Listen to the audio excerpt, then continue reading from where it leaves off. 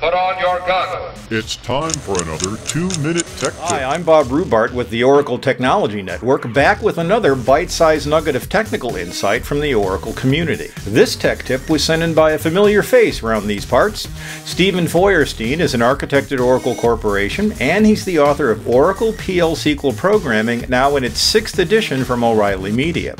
Steven's 2 minutes start now. So the topic of this 2-minute tip is let Oracle, or in this case the SQL compiler, do as much heavy lifting for you as it can, because you got a lot on your plate.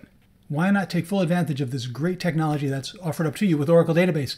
So of course the SQL compiler makes sure that your code is correct enough to compile and run. And then of course you start dealing with your bugs. But did you know that the SQL compiler can also help you improve the quality of your code and the performance of your code by giving you advice about how to improve your code? It's called compile time warnings. Alter session, set SQL warnings equal to enable all, enable performance, enable severe. So what it will do is look at your code and not only make sure that it will compile, but it will make sure that you're not violating pretty decent guidelines for writing good code. For example, you declare a variable varchar2 length 3 and you assign it A, B, C, D. Now at compile time, with compile time warnings turned on, you will be told that line of code is going to raise an error for sure.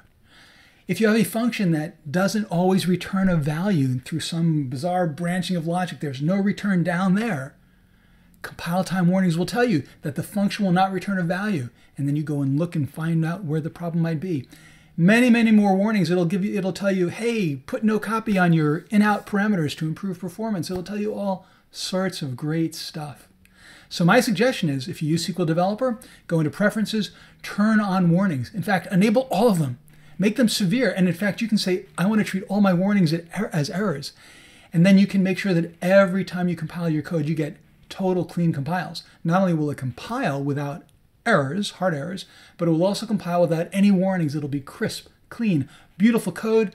And of course, that's the way you want it.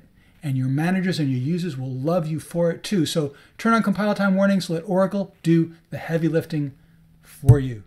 Oh, this is like a dream I've had. Let us know what you think of Steven's tip, and stay tuned.